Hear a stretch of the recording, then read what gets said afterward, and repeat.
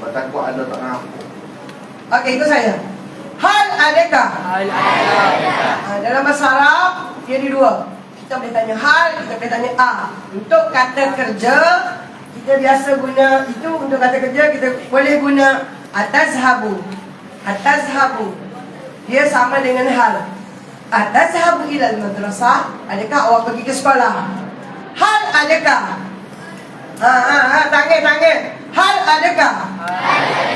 A adakah? Ulang lagi.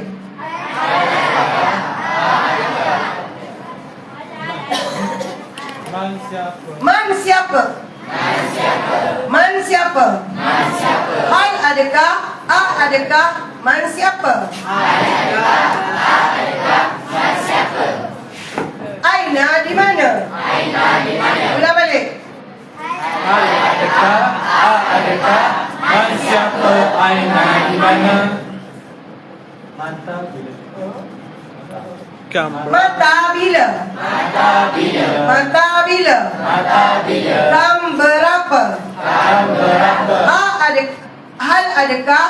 A adakah? Man siapa? Aina di mana? Mata bila? Kam berapa? Okey, 1, 2. A adakah? Man siapa? Mata bila? Jam berapa? Sekali lagi, ulang. Hal adakah? A adakah?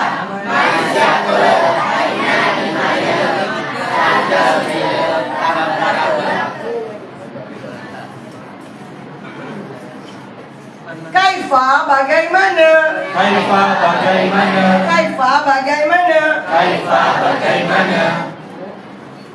Limaza kenapa?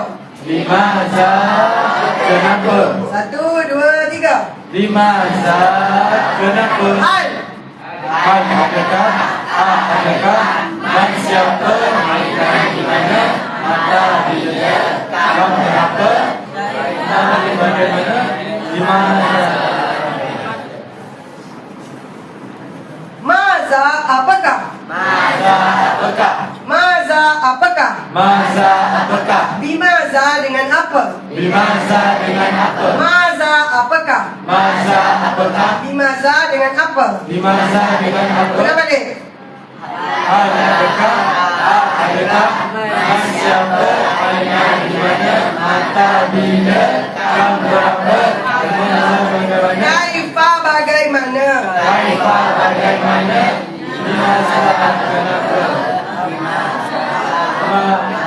Maza apakah? Dengan apa? Bimaza dengan apa?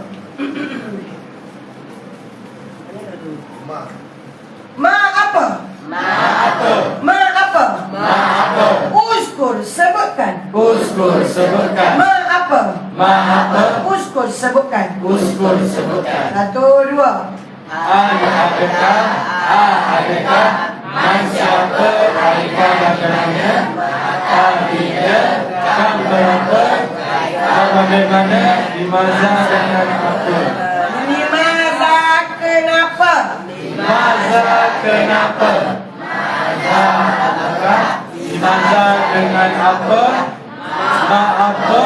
Uskur sebutkan. Liman untuk siapa? Liman untuk siapa? Ila aina kemana? Wahid, Isnani, Salasa. Hal adakah?